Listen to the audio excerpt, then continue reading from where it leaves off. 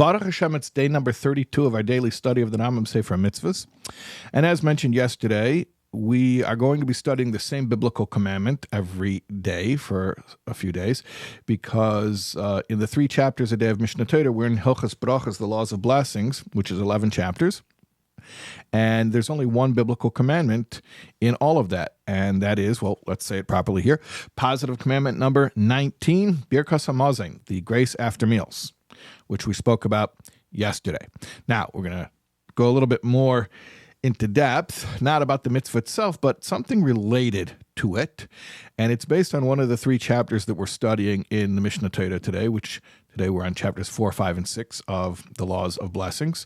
So I want to share with you something from chapter 6, specifically from chapter 6, Halacha Aleph, the first paragraph, the first halacha from chapter 6.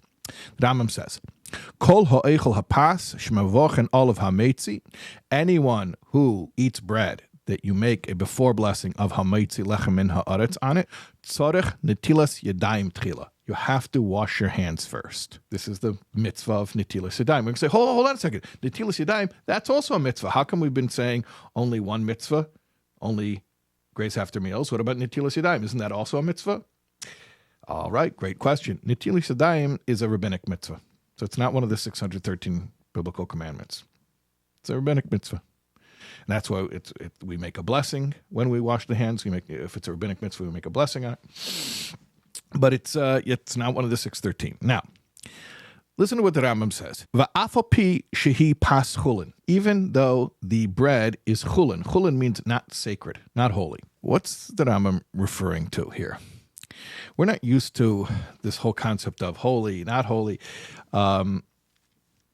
Get ready when we get into the entire book of Torah, when we talk about ritual purity and impurity, because that's very foreign to our lives, unfortunately. We don't have the ashes of the red heifer today, so we can't remove the impurity imparted by a corpse. So most of those laws are foreign to us, which is why it's very good that we learn it in the Rambam to familiarize ourselves. But at any rate, this idea of pas chulin, what it's talking about is, as opposed to when the kohanim eat a meal where the food is taken from truma. Truma is a portion of the crop. We're going to learn all about this.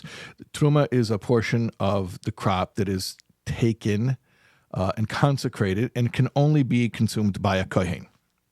So the kohen has to consume that in a state of purity, and he has to wash his hands. There's an enactment that the kohen has to wash his hands.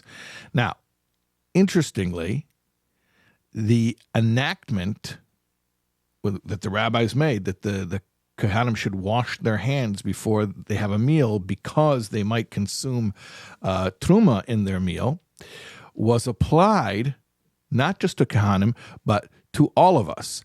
I'm going to read to you right now from the Shulchan Aruch Harav, often referred to as the Alter Rebbe Shulchan Aruch, from Orach Chaim Kuf Nun Ches, that's chapter 158, which is Dine Netilas Yadayim L'Suda, the laws of washing your hands for a meal. The Alter Rebbe says, Kol ha'echel pas shemavochem olav hametzi tzarich litul yadav tchila, very similar to what we just read from the Rambam. Anyone who eats bread that you make hametzi on as a before blessing, you have to wash your hands first. And I'll skip ahead in that paragraph, but he also says, V'tiknu, and they, meaning the rabbis, established this, af b'achilas chulin, even when you eat non-sacred food. Shiargilu litel yideim b'chol achila.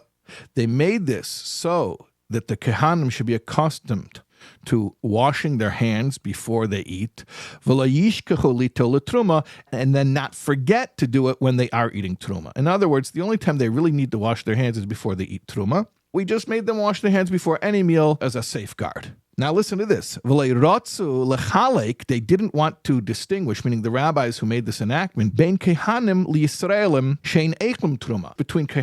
and the rest of the Jewish people who don't eat truma. Only Kohanim eat truma. So interestingly, the enactment of washing the hands before the meal was made so that the Kohanim shouldn't forget to wash their hands when they eat truma, and then it was applied to all the Jewish people, not just to the Kohanim. Now, you're going to say like this, but even today the Kohanim don't eat truma because they cannot achieve the level of purity required in order to consume such foods.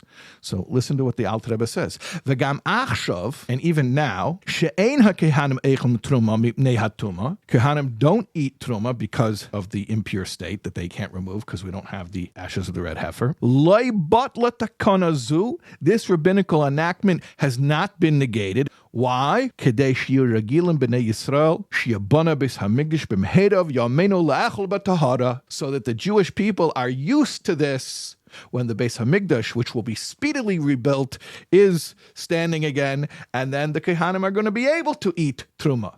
So isn't that an inspiring thought? That Netilas Yadayim, that we wash our hands before a meal, is related to our expectation that very soon the temple is going to be rebuilt, and we're going to have all the laws, all the 613 commandments that we're learning in Rambam are going to be practiced again, and we need to be ready. That inspires me. Okay, we'll see you tomorrow, God willing.